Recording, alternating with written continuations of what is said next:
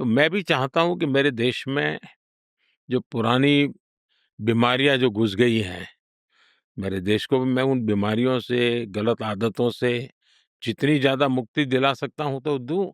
अब जैसे मेरे यहाँ मैंने देखा 2014 में आने के बाद, हमारी कोई इतनी कोई ग्लोबल लेवल पे चर्चा नहीं है, जितनी राष्ट्रपति ट्रम्प और डोज की चर्चा है। लेकिन मैं उदाहरण दूँ तो आपको ध्यान में आएगा कि कैसे काम हुआ है। मैंने देखा कि जो सरकार के कुछ स्कीम्स के बेनिफिट होते हैं, खास करके लोक कल्याण के काम, कुछ ऐसे लोग उसका बेनिफिट लेते थे, जिनका कभी जन्म ही नहीं हुआ था। लेकिन गोष्ठ नाम, शादी हो जाती है, विधवा हो जाते हैं, पेंशन मिलना शुरू हो जाता है, हैंडीकैप हो जाते हैं, पेंशन मिलना। और मैंने फिर उसको स्क्रूटिनी शुरू किया। आप जानकर के हैरान होंगे। 100 मिलियन लोग, 10 करोड़ लोग, 10 करोड़ ऐसे नाम, फेक नाम, डुप्लीकेट नाम, उनको मैंने व्यवस्था से बाहर निकाला। और उसके कारण जो पैसों की बचत हुई, फिर मैंने डायरेक्ट बेनिफिट ट्रांसफर शुरू किया।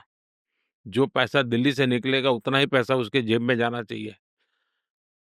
इसके कारण मेरे देश का करीब 3 लाख करोड़ रुपए से भी अधिक जो गलत हाथों में जाता था, वो बचत हुआ है।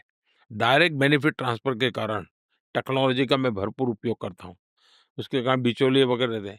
सरकार में मैंने खरीदार के लिए जेम पोर्टल बनाया है टेक्नोलॉजी का।